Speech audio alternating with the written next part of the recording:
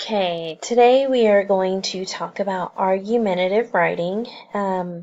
Eighth graders, on your writing test, you will be required to produce a 5-paragraph argumentative essay. So we're going to go ahead and have our 7th graders and our 8th graders practice how to do that because I do think it's important that everybody's getting some writing in. So we're not going to talk so much about the grammar and, proper usage at this moment. We're going to focus more on what it means to do an argumentative writing and what pieces you need to include. So let's take a look at this PowerPoint here. Okay, so what is an argument? An argument is just a statement that someone believes is true or should be true. So they have got this picture that says kids should be in school Monday through Saturday. So think about when you're arguing with your sibling or with your parents and you're, trying to persuade them to think what you think. Usually when you're arguing about something, you're trying to convince them. No, I'm not the messy one. My sister is. So you're saying something that you believe to be true. Then this says a counter-argument expresses the opposite point of view. And this says kids should not have to go to school on Saturdays. So you have an argument, someone that expresses a point of view, and then a counter-argument. That's the opposite point of view. A main argument all by itself is not very strong, but supporting it is when it strengthens, and that's why it's true. So you can't just argue without giving facts or claims or providing backup to it. So the main argument is kids should not have to go to school on Saturdays. That's your argument. And then you have to support it. You have to give backup. Well, why shouldn't they have to go to school? Oh, because they need rest. Or most working parents have weekends off and students want to be with their families. Some students have jobs. Students need time for other activities. So you've got your argument and then you have your facts, your claim or evidence to support it. Okay, so here's some misconceptions about arguing. Some people think that arguing is just people yelling at each other. But arguing can be very calm, and when you do an argumentative writing, it is silent. So if you know anybody on the debate team, that's what they're doing. They're just arguing in a very calm, methodical way. So the myth, you have to totally believe in what you're arguing. Making an argument has nothing to do with how you feel. So, guys, you don't always have to believe with what you're arguing. Your teacher may assign you something and say, hey, you need to argue for this point of view. And you just have to think of how you're going to support that point of view. Every argument has a wrong and a right side. Most of the time, the two sides of an argument are just different points of view. So neither side is really right or wrong.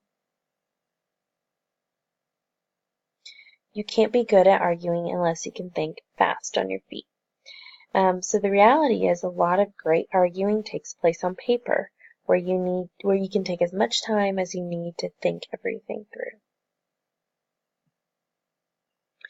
All right, but why would you want to argue on paper? Well, let's think. Your state legislature is thinking about passing a law that says teens can't drive until they're 18, and you want to write a letter to convince your state senator to vote against the idea. What would you say? So you're going to have to put it on paper. Okay? Or your city decided to close the park where you always hang out and play basketball. The city officials say there's too much trouble at the park and there's trash everywhere. What would you write in a letter that would convince them to reopen the park? So it's really important that you're able to put your argument into words on paper. So to do that, you need argumentative writing. So to argue, you need to know how to persuade. So think about, what does it mean to persuade someone? So it means that you're going to convince someone that something is true. I'm going to try to persuade you that Thanksgiving is the best holiday, and I'm going to give you all these reasons why. I'm trying to convince you to change your mind. That's persuasion.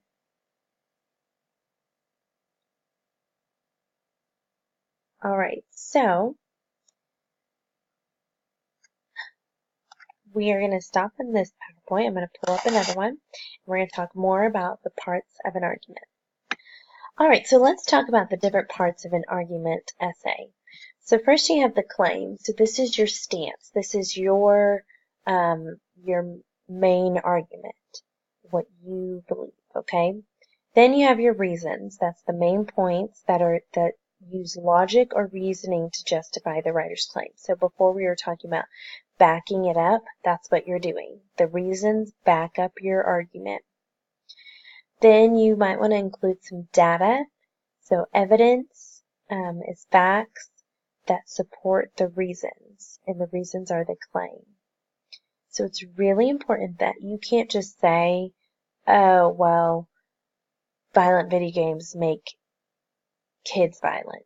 You can't just say that. You have to actually have some data to support that. If that's what you believe, you have to provide evidence, okay?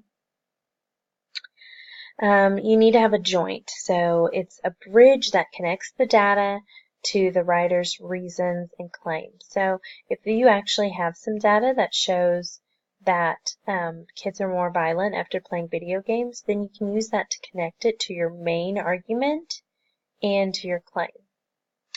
Then you have a counterclaim. So a counterclaim is a claim that disagrees with the writer's claim. It's the opposite stance. And then a rebuttal, the evidence that disputes or disagrees with the counterclaim. So the way this works is I state an argument, then you give a counterclaim, and then I have a rebuttal to you. Okay? So if you've ever watched a debate team, that's kind of how it works. All right, so let's look a little bit more closely at this. Your claim is your opinion. So if I said, students should have to wear uniforms to school, that's my opinion. I believe that, okay? And then I need my reasons to justify that claim. Well, they should have to wear uniforms to school because it will be less pressure on kids to fit in. Or you could say some parents can't afford all the trendy clothes, and so that makes kids feel like outcast. So I'm providing reasons. And then I need to have data for the evidence to back up my claim. And so I need to kind of do some research and find some information that's going to support what I think about students not wearing uniforms. And then my rebuttal is the answer to the counterclaim, and that just shows that I am not afraid of my opponents. So to win an argument, to even win an argument through writing, you have to have a strong claim, support your claim with logical reasons and facts, and then find credible sources that agree with your claim.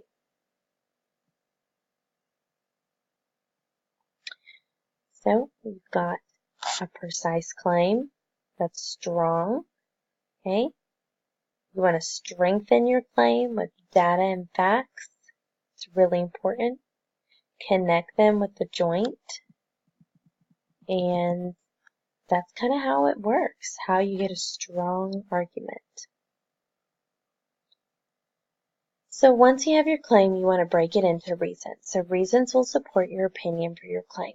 So your claim is, it is wrong for Facebook to collect data on users for financial gain. So what are the reasons that you believe that? Well, your first reason might be it's a violation of my privacy. Okay?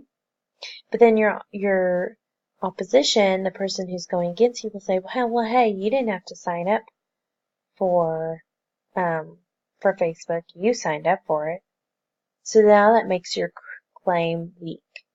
Or you could say, well, it's creepy. Is that something you can gather facts about? You can't gather facts about it being creepy. You can say, I think it's wrong. They downloaded beacons into our computers and gather personal information about our computer activity, not just our activity on Facebook. Now, that's a good claim because it is supported by research, and then you can beef it up even more. Okay, let's look at another one. So you want to strengthen your argument with reasons. So your claim is cell phones should be banned from school. So what are the reasons that you believe that? You might say, I bombed a test in geometry because instead of teaching us the content, our teacher spent most of the period yelling at kids to put away their phones. And someone who's doing a counterclaim might say, well, you could have asked for some tutoring outside of the classroom, or you could have talked to your teacher one-on-one. So that makes your reason weak. Okay? Personal anecdotes are fine. So a personal anecdote is something that actually happened to you, but you need to find something stronger, some like evidence-based. Cell phones should be banned from schools because they distract teachers from teaching. That's a pretty good claim, or pretty good reason. So now you have to include 2 to 3 reasons why it distracts teachers in your paper. Okay, so we're going to get to the rest of this soon, not today. So hang tight, and I'll show you what we're doing next. Okay, so I mentioned how with argumentative writing you're having to persuade a little bit, but there is a little bit of a difference between argumentative writing versus persuasive writing. So if you look at this, it says, what is argumentative writing? Argumentative writing is writing in which a writer makes a claim about a topic and then supports it with logic and evidence. Learning how to formulate an effective argument is key to learning critical thinking skills and is an important part of both school and real-life writing. Okay, so how is it different from persuasive writing? So persuasive writing also involves making a claim. However, the supporting details are based off of opinions and feelings and emotions instead of facts and evidence. So with argumentative writing, we're using facts and evidence. With persuasive, it's more about how you feel, okay? So what you're going to do is you're going to read the following passages. There's 3 of them. This one right here. And then you have 3 questions. Then you've got this one. And then it says you need to tell whether it's argumentative or persuasive and how do you know. And then this one, tell whether it's argumentative or persuasive and how do you know. So what you're going to do is you probably need to pause this, read these 3 passages, answer the questions that go along with each one, and then you need to send your answers to me either through a text message or through an email. So this is for a grade, and so this week we kind of just introduced argumentative writing. We discussed the differences between argumentative and persuasive writing. We also talked about the different parts of an argumentative writing. And so next week we'll go further in depth, and we're going to start working on exactly getting started on writing our argumentative piece. All right, so make sure that you get this done. This needs to be sent to me by Friday at 5 p.m. All right, have a good one.